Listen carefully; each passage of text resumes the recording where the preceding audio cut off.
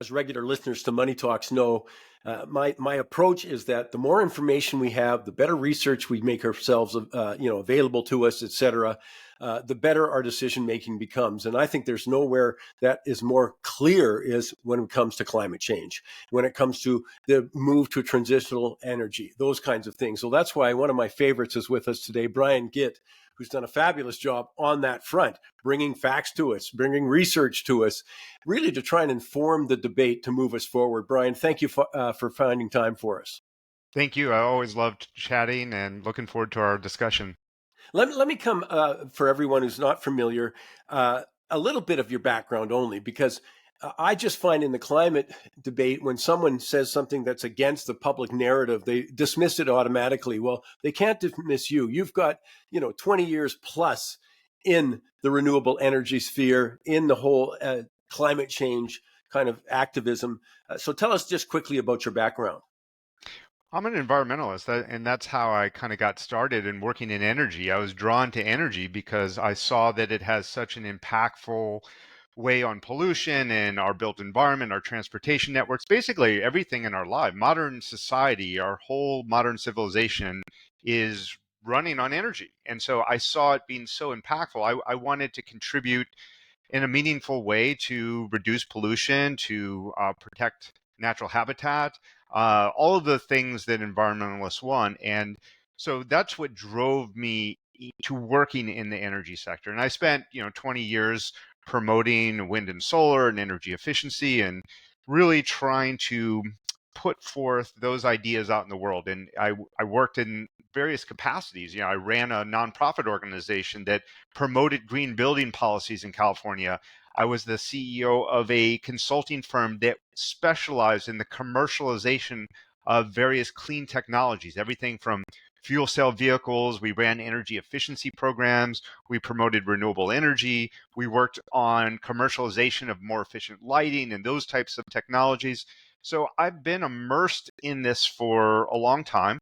And I started to see cracks in my own beliefs when a lot of my assumptions about how the world was going to work, when we started incorporating a lot of these ideas, what the actual outcomes were. And when I started seeing that disconnect between my beliefs and outcomes is really when I started going down to the rabbit hole and questioning some of those assumptions. And that really was eye-opening, because what I uncovered was I was immersed in confirmation bias. I was very unwilling to question my beliefs. And I had such a strong identity associated with my environmental ethos that I really wasn't able to look at things in a fair and balanced manner and really evaluate cost and benefits. I would ignore all of the positive benefits, for example, of fossil fuels, and just focus 100% on the negative. And it took me a long time to reconcile this, and I'm glad I did. And my thinking evolved like most of us. The more experience in the world we have, hopefully we're learning and evolving all the time. So that's kind of a little bit of in a shortened version of my journey. Well, when you're saying you felt you suffered from confirmation bias, that you weren't objective because you had so much self-identity with it, I was thinking to myself, man, that qualifies you as a member of the Canadian Federal Liberal Cabinet, because I don't see any adjustment whatsoever. No, and I think those are the qualities that we have been missing. I mean, I regularly say this on the show, but if you want to really drill down to how absurd it's become, it seemed like it was a shock to the Germans that the sun didn't shine every day. So they decommissioned nuclear power without backup power. I mean, it's been at that rudimentary level of lack of just practicality as we went forward. Let me come back to, so you were, immersed in the solar side of things. What are the kinds of things you said when all of a sudden the facts didn't match your hopes, your dreams, and your, ideology? What kinds of things did you bump into? I think if we zoom out and we look objectively about how do we really evaluate different energy sources, we have to have a common framework of Mm. evaluation.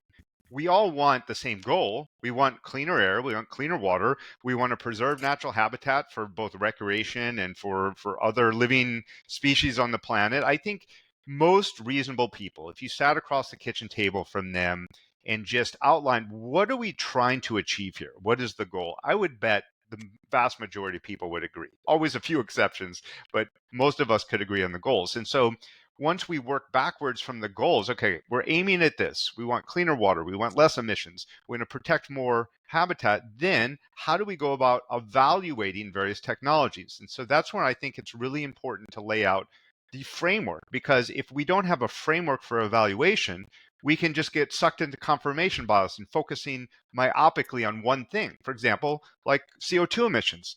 CO2 emissions is an important metric for evaluation, but it's not the only metric.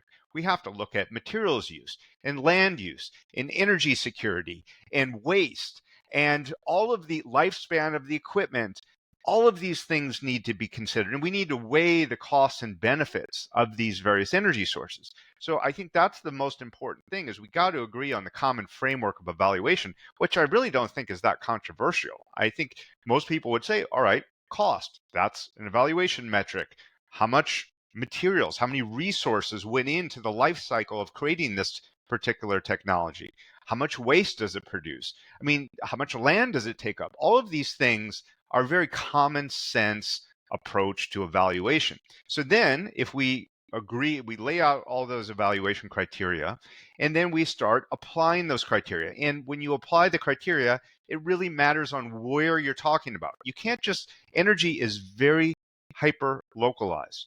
What works in New York is different than in Texas. That's different than in Toronto. That's different than in Zimbabwe.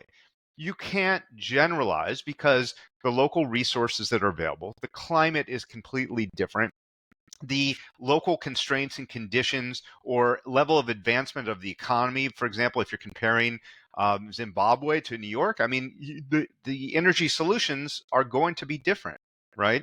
So given that, usually I try to locate the geographic area that we're trying to talk about and apply those evaluation criteria. And when we do that and we start kind of methodically walking through it, what we'll see is a lot of the technologies that myself and others have believed were actually providing great environmental and economic benefit actually fall considerably short. And if you compare, for example, nuclear power with solar and start running through those criteria, well, you look at energy security. Well, where are the core raw materials and resources made to make a solar panel? Well, we know that those are mostly coming from minerals that are processed in China, or the raw minerals are mined in places like the Congo or in Latin America, and then they're shipped to China for processing. And then we know that most of that infrastructure is fueled by coal power in China. We know that there's acute labor issues, and in some cases, there's even slave labor involved in parts of Xinjiang, China, that are contributing to labor, obviously, concerns about this. And we start kind of walking through all of these aspects of energy security. Well, yeah, it's great that we're not relying on fuel at the point of generation. And then, yeah, that's a benefit. But from an energy security standpoint, if we're going to be so dependent on China, where 97% of the solar wafers and ingots and these core critical elements that go into a solar panel are coming from an adversarial country, then that's a problem, right? And so we got to dissect each one of these things. So energy security, it's scores incredibly low. Now, we also have a problem with nuclear right now on energy security as well, because we divested a lot and outsourced a lot of our manufacturing and of enrichment capability, for example, and even mining to other countries, and specifically Russia. And now we're building that back up. So there's no perfect energy source. There's no perfect energy technology. We have to weigh the costs and benefits. But when you just walk through energy security, you have huge concerns in China with renewables. If you talk about materials use, you're talking about 18 times less materials to build a nuclear power plant than a solar power plant, right? 18 times. And think about the ripple effects of that materials use. So it's all the diesel fuel that goes into mining and transporting and moving all of that material along. And then you make a product out of it that is consuming a lot more space and materials. You got to ship that product all around the world. Then you got to deploy it because it uses more materials. It takes up more land. And then at the end of life, you still have to throw it away or recycle it or something. And it's a lot more burdensome if it has a lot more materials use. So you have to look at that entire life cycle of these different elements. So 18 times less materials to build nuclear, 75 times less land to build nuclear than solar, 300 times less waste. You can look at all of these areas and you quickly start tallying it up, and you see that some of the technologies that we're claiming have these environmental benefits actually are falling considerably short. And sorry, I'm just going to throw back to something you said. And we don't have any evidence that the nuclear, especially Canada, could be a leader in that if Canada chose to. We don't use slave labor. When what, 40 plus percent of polysilicon for solar panels, as you said, come out of Zhejiang province. I don't know how that's not part of it. Or, the child labor in the Congo for cobalt. I don't know why that's not part of the discussion. But it comes back to something else you said. And I've been appalled by the lack of cost benefit analysis. I mean, if you're serious about anything, whether you're buying a house or you're doing a renovation or, car, that kind of, you do a cost benefit analysis. And man, has that been missing from our discussions, which I think is what's throwing a roadblock as we get further down, sort of, let's get practical here. Agreed. And I think there's also the energy system is complicated. Yeah. And most people are busy in their lives and don't have the time and effort to dig in and evaluate it. But I'll give you another good example. Oftentimes we hear, and this is a very common line of thinking, people think, well, if we adopt electric vehicles, then we will reduce oil demand. But that's absolutely false. And that is not connected to how actually oil is made. So if every car in the United States was electric tomorrow, oil demand would still likely increase. And that's very counterintuitive. Like most people that don't have the time to study how oil refineries work and how gasoline is made would say, what? What do you mean if all electric vehicles were basically in place tomorrow? Of course we would cut oil demand. But the way this works, first of all, oil fuels 97% of all global transportation. So trucks, trains, planes, ships, all of that is fueled by oil today. It's a very teeny sliver that's not. And most of our agriculture is enabled by oil. So from equipment to chemicals, all of our fertilizers, pesticides, all of that requires oil. Not even including when we just talk about all the consumer goods. I mean, Yeah. millions of products from clothing, housing, phones, computers, medical equipment, millions of products that we rely on every single day for modern life. So then when we look at, we need oil for all of those things. So even if we go to just electric vehicles, we still need those things. And this gets into this basic underlying misunderstanding about how oil is produced. Because here's the faulty reasoning. People think, well, gasoline is 43% of a barrel of oil. And that's in the United States. In the United States, it's about 43%. So they think, well, if we cut gas use by 43%, then we should cut oil use and oil consumption by 43%. But that's categorically false and misunderstands about how oil is distilled. So each product from a barrel of oil is separated by heat. And the lighter products like gasoline, they get separated out at lower temperatures. The heavier products, things like asphalt and diesel fuel, those things get separated out at higher temperatures. So that means you can't make heavier products without also making the lighter products. This is why in the late 1800s, when we first started using oil for lighting, right, that we got rid of whale oil, which was good because then we saved the whales by not hunting them to death, by transitioning to using oil to make kerosene, so to make a light. And that was a great evolution. This is before vehicles. Obviously, we weren't even using it for vehicles. But when we made kerosene, we had all of this leftover gasoline that we didn't know what to do with. They used to dump it in rivers. They used to set it on fire. It's a byproduct. It's a waste byproduct of that distillation process. And so you're going to make gasoline regardless. So even if you cut gasoline overnight, you're still going to have to make these other products. And when you start looking at, well, what goes into an electric vehicle? Well, you need a lot of minerals. It uses 6 times more minerals than a gas car. all the manganese and cobalt and graphite and zinc and nickel, all lithium, all these things that go into the battery especially, but not just the battery, because the battery's so heavy, it's about 1,000 pounds for a typical electric vehicle battery. That means you got to cut weight in other ways. So that means they use aluminum and carbon fiber and these other alloys to Mhm. cut weight in the frame and other details. And because of all of that, that means you need more minerals. If you're going to make more batteries, if you're going to make 1,000-pound batteries versus using an 80-pound gas tank, it means you're going to have to mine more. If you're going to mine more, well, you're going to need to use a lot more diesel fuel, because diesel fuel is needed to power those machines that dig, process, and transport all those materials. Well, the more diesel fuel we need, the more oil we need, because of the way the distillation process works.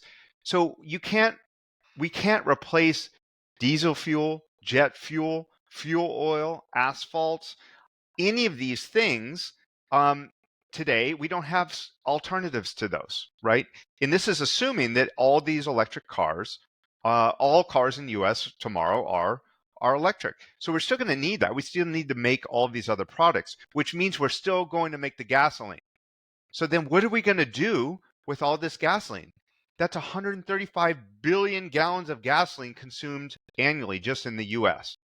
Well, that would flood the market, right? No one's buying gas anymore. So it's going to flood the market. That gas is going to go somewhere because we got it. We're going to create it. It's going to go to developing countries. And a lot of those people aren't even driving today, are now going to be able to drive because the price is going to drop. So we're going to export all this gasoline. It's going to be burned in engines that are less fuel Yep. efficient because of they're going to be weaker environmental regulations in many of these countries that don't have nearly as stringent as in Canada and in the US. Plus, now you're enabling even more people to drive, which is, I would argue, is a good thing. But if you have much cheaper fuel, more people are going to drive, and they're going to drive more. So ultimately, you're going to increase that supply of gasoline, drive down the cost, and you're going to burn more fuel. So you're going to burn more on the front end and that's upstream supply chain to do all the mining and all the transportation of all those minerals to create these bigger batteries. And you're still going to burn just all that gasoline anyway. So ultimately, your oil consumption will not drop by just going to electric vehicles until we find scalable, cost-effective alternatives for diesel fuel, jet fuel, fuel oil, asphalt, all of those things. And right now, we don't really have those ready for prime time. It's interesting in the whole discussion about energy. The people who advocate for renewables, for example, avoid those kind of questions. Like, we got what, 6,000 products made from petroleum? You got any progress on any of them? It's like it's not going to exist. And I just want to be clear. I'm not critical of people not understanding them. I'm critical of people who push policies that don't understand it. I'm critical of politicians who enact policies who don't understand this. I mean, the general public has to get educated, but man, it's these. I don't see them having any interest in informing themselves about the sophistication here. And you mentioned, and you've been writing about this on briangitt.com. And by the way, Gitt is Gitt, briangitt.com, about, good luck with the electric vehicles. I mean, they're getting bigger and heavier. The battery then gets bigger and heavier. And you talk about, well, how much mineral does that mean that we're going to now have to extract? And of course, as you just alluded to, we're going to need diesel powered monster sized machines, for that. I mean, the list just goes on of when it comes to let's get practical about this stuff. Yeah, this is called the Jennings Paradox with energy efficiency. So the more efficient we get, the more resource or energy we use, which is a good thing Yeah. overall, right? Because it's human. That's how humans progress and evolve and create new value and Mm-hmm. technology. But we see this in just internal combustion vehicles. So engines have been getting a lot more efficient over the last decade, 2 decades, right? They're getting more fuel efficient. They're just more refined, precise instruments. And at the same time, we are increasing our overall emissions. And you'd say, well, how is that possible? Because I thought the engines are getting more efficient. Shouldn't we be decreasing our emissions? Well, we're building bigger vehicles, right? So more people are preferring to drive sport SUVs, sport utility vehicles, light pickup trucks, things of that nature, because human desires, we want nice things, we want bigger things, we want faster things. So even as we get more efficient, if we're just building bigger vehicles and offsetting all of that emissions, we're not actually decreasing there. That is exactly what's happening with electric vehicles today, which is you just alluded to. And by the way, I'm not against electric vehicles. I'm not against any technology that make our lives better. And if you want to go buy an electric vehicle, knock yourself out. Nothing wrong. You're not going to hear any negative comment from me. Just don't pretend that you're doing something that's good for the environment, though. Or somehow that is good for society. It's a cool technology, but we have to be honest about what these pros and cons are. And when we talk about electric vehicles, people are buying larger electric vehicles. You already see the trend. Look at Ford. They're putting out the 150 Lightning pickup trucks, and I'm even going to talk about the Hummers and electric Hummers and all that, because that's kind of a whole different category. Those things have like 9,000-pound beasts, but the batteries are getting bigger and bigger and bigger, which means that the total life cycle emissions of an electric vehicle are going to be higher than if they just bought a smaller fuel efficient gas car, which is ironic, because they say that the whole reason they're going towards electric is to cut those emissions. So again, nothing against electric vehicles, but if you're going to buy an SUV or a pickup truck that's electric, that has that bigger battery, you're not really decreasing emissions. Well, I'd also that's back to cost benefit analysis. And again, my concern isn't, I'm with you. I mean, if someone wants to buy one, go ahead and buy one, and don't tell me you're reducing emissions. But I will say this: tons, or I should say billions of tax subsidies are going into those, to the upper end of the income scale. We're not seeing a lot of people who are making $50,000 a year, jumping up and buying a big electric vehicle. So I'm just letting you know, that's just my other complaint, is how many public funds are going into that could be going elsewhere, because those public funds aren't doing anything but facilitating the purchase by upper middle class and higher than that, income earners. So each one of these things needs some analysis in that way. The other thing you've written about, which I loved, is, again, it's a heavier vehicle because the battery's so much heavier. Well, you've got more wear and tear in your roads, wear and tear on tires, petroleum-based, asphalt, that kind of stuff. It just points out how complicated the formula is if we want to come to the sort of most efficient and effective way of reducing emissions. The sad part about all this is we know how to reduce emissions. And it's a combination of continued technology advancement. We've seen this in the oil and gas sector. We've done this transition in the United States and parts of Canada from burning more coal to burning natural gas, and that has huge benefit in terms of reduction in air pollution as well as CO2 emissions, right? I mean, natural gas has 10% of the air pollution is coal and 50% of the CO2 emissions. So there's huge environmental benefits to transitioning to cleaner burning fuels.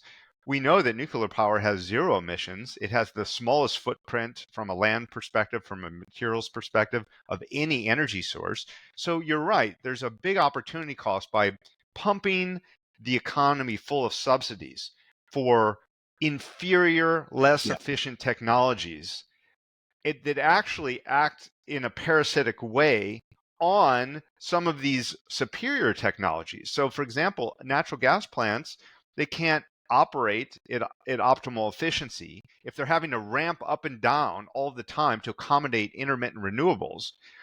They're going to burn more fuel inefficiently.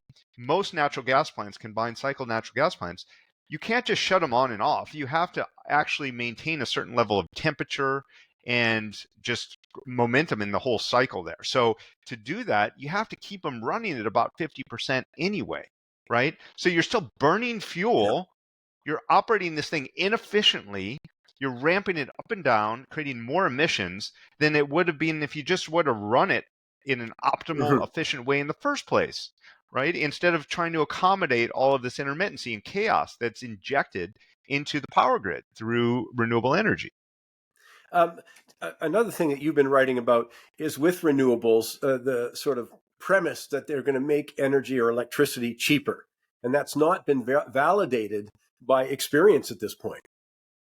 Not at all. Actually, I just had a tweet this morning on this about what the contract prices are for onshore wind, offshore wind, and solar. And I'm just going to look this up real quick. So yeah, the tweet was: the fantasy of the ever cheaper renewable energy has come to an end. You know, what we're seeing in New York right now is onshore wind is up 71%, solar up 63%, offshore wind up 48%.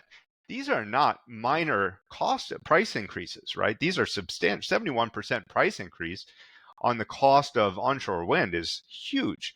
And the reason for this is really just physics and economics, right? I mean, we know that these were artificially low because of low interest rates, because of really cheap commodities, cheap energy, cheap labor in China for a long time. Well, the whole supply chain has changed, and geopolitically all these relationships have shifted. In the days of having, you know, these significant drops in the cost of renewable energy, I believe, are over. We're going to start seeing continued inflation because these are very materials intensive technologies, as we talked Yeah. about previously, and they have to be mined and processed and transported, and that all of those parts are just costing a lot more today than they were before.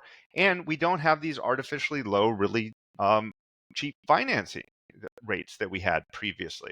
So when you add all this up, with the supply chain bottlenecks, the higher cost of minerals and processing, transport, all of this stuff is just leading to price inflation for renewable power. You know, one of the things that I found discouraging is Europe goes through their energy crisis. Say last year, they got a mild winter that certainly helped them out.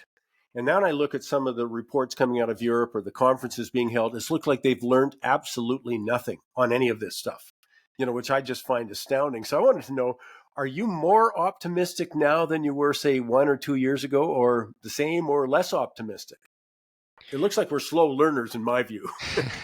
Well, unfortunately, it's human nature to kind of learn from experience in this, and in the long term, we will evolve. We will continue to walk up the ladder of energy density. Nuclear power, I believe, is inevitable. We're going to be burning natural gas for likely the next 100 years. Who knows? You know, it's hard to predict the future, but for many decades to come, I think what happens is there's course correction, right? Yep. When the power grid fails and businesses can't operate and hospitals can't get power and these critical services we need are put in jeopardy, people will respond and politicians will act. I mean, you have to just follow the incentives on all this. And at the Yes. end of the day, all of us, I don't care what end of the political spectrum you're on, you want reliable, affordable energy. Everyone wants that. Everyone needs that. Everyone wants to take hot showers, have good food, drink cold beer, whatever it is. And they're not going to have that if you don't have a reliable, affordable energy system. And so I think there's a natural course correction that will happen when the lights go out and when costs go up. People will go ballistic. And I wish it wouldn't have to go to that point where you're deindustrializing a nation such as Germany. I mean, Germany has just amazing engineering capability and prowess in industrial infrastructure that we should be leveraging. It's sad to watch a country that's so competent and has so much knowledge and expertise wasted away on these terrible energy policy decisions. And you're seeing all of these companies run for the exits, and they just can't afford to operate there anymore. These fertilizer plants, glass plants, ceramic plants, Yeah. you know, all of the making anything that requires a lot of energy is just sprinting for the exit right now. Even companies that are like BASF, that is based in Germany, Yeah. they're not building any new infrastructure there. They're going to China and the United States. You know, it's interesting. how to validate your point there is, look what happened when oil prices went up, gas prices went up in the States. Well, what does the Biden administration do, who wants to tell me how green they are? They immediately go to the Strategic Petroleum Reserve to get those prices down. Or you look at Germany, who's now using more coal than ever, because of course they've made so many policy errors regarding renewable energy and backup power and relying on Russia. It's a complicated subject, but look how fast they retreated from that. It just validates, as you say, that political pressure will be intense once you start getting blackouts or some of these consequences become more dire. And I'm with you. I'm afraid we still aren't there yet. We still haven't seen this sort of out. Again, there is progress when you look at attitudes about nuclear in Germany right now. They've changed quite a bit.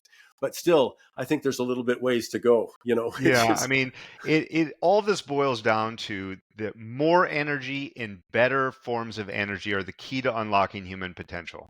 And that if we have to understand this foundational axiom of how important that is, and people have this inverted, they think somehow, oh, we need to use less energy, right? Even though Yeah. 3 billion people on the planet are living in energy poverty, don't even have anywhere near the quality of life that you and I and everyone listening to this show has.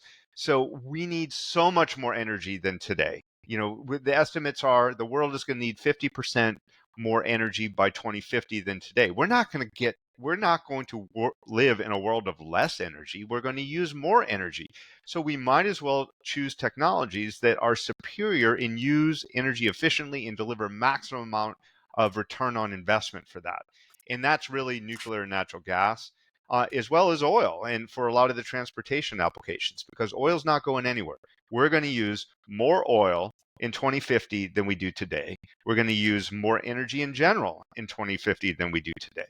So, and if not, that means that we are really in a doom loop, and in the quality of life will erode Mhm. considerably, that you're going to have billions of people stuck in energy poverty. And many of us that enjoy a lot of the benefits of modern life, our quality of life will have to erode and decay. And no one wants that. So it's more energy and better energy should be our top priority.